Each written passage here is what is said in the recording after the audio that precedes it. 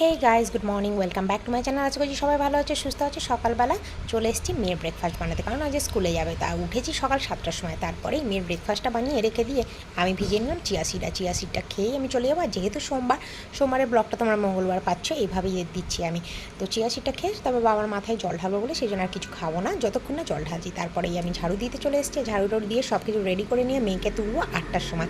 ওর পাপা এখনও ঘুমাচ্ছে, 8টায় তুলে দিয়ে ওর সব কিছু রেডি করে রেখে দেবো। বিছানায় দেখতেই পাবে আগে থেকে সব রেডি করা থাকে। আর ব্রেকফাস্টে দিয়ে দিয়েছি কলা আর কেক, যদিও বা কেকটা খেয়েছিল, কলাটা বাকি ফেরত নিয়ে এসেছিলো।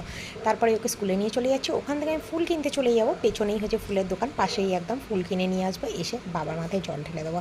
আর এই আমি 3টে সোমবার বাড়িতেই আপাতত পুজো দিচ্ছি, মন্দিরে যাচ্ছি না। লাস্ট সোমবারটা চেষ্টা করবো মন্দিরে যাওয়ার। আর এখানে হচ্ছে মাছের ঝোল করে নিয়েছি বাবা আর মেয়ের জন্য, আর উচ্ছে ভাজা করে নিয়েছি। আর আজকের এইটুকুই রান্না করেছি, আমার জন্য ফ্যানে ভাতে হবে। তো আমার পুজোটা কেমন লেগেছে জানিও, ব্লগটাও কেমন লেগেছে জানিও। আজকের মতো টাটা, সবাই ভালো থেকো।